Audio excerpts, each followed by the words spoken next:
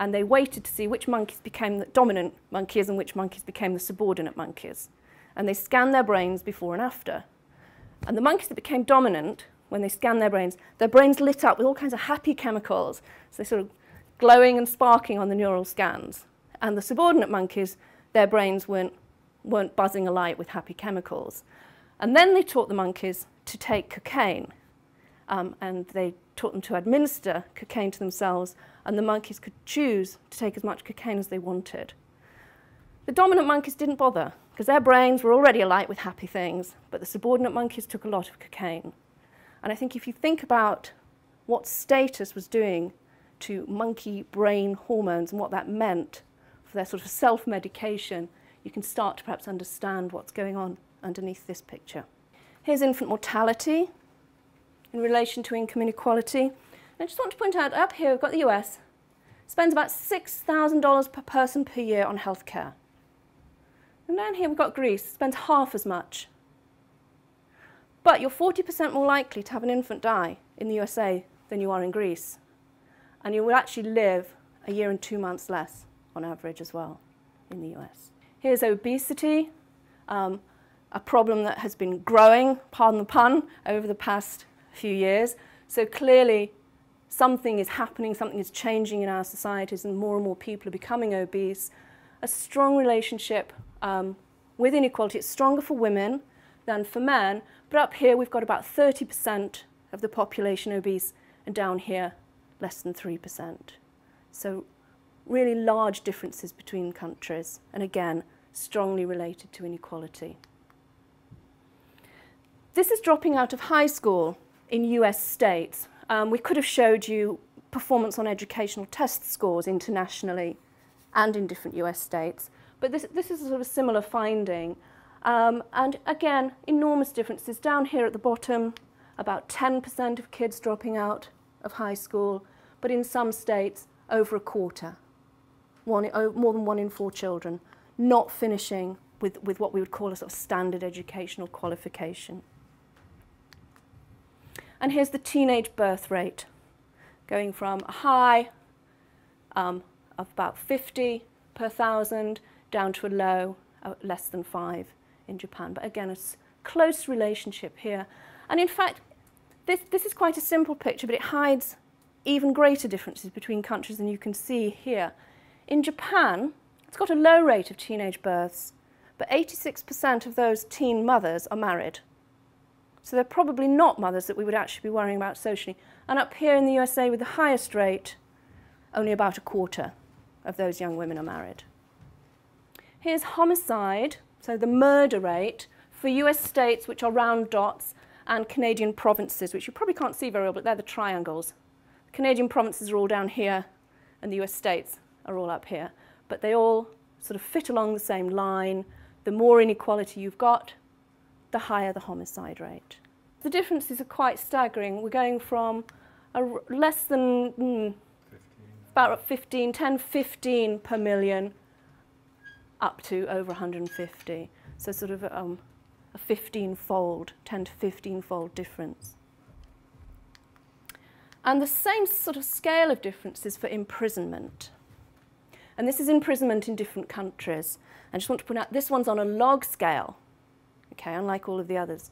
Because if we didn't put it on a log scale, we wouldn't be able to get the USA on. It would be up there somewhere, and we wouldn't be able to fit it on the graph.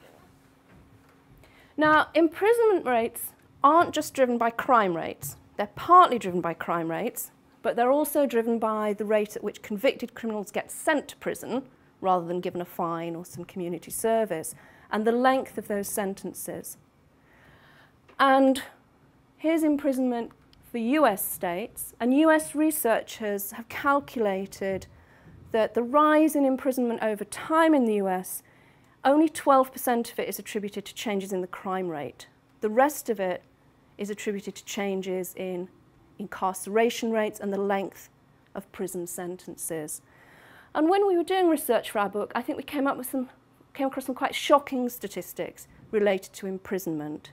In the state of California, there are 260 people who are in prison for life for shoplifting because of their 3 strikes and you're outlaw. And in the same state, since 1984, California has built 1 new college, 21 new prisons. So we're seeing a shift in sort of the harshness of society, the way in which people who have criminal convictions are viewed, the way we decide to treat people has changed over time. And this sort of harshness, this difference in how we treat criminals is strongly related to how hierarchical a society is. I'm afraid there are actually 40 people sent to prison in the UK every day for shoplifting as well, but they don't usually go for life. We've divided the states into 2 groups and we've coloured them differently. So the states that are coloured in blue are those that have abolished the death penalty, and the states that are coloured in red are those that have chosen to retain the death penalty.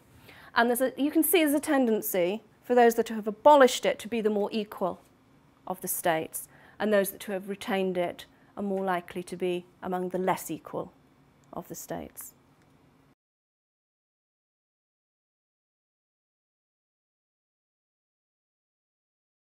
I want to start off from this slide, which is one of the early ones that Kate showed. It's the combined index of health and social problems, in which all these health and social problems are weighted equally.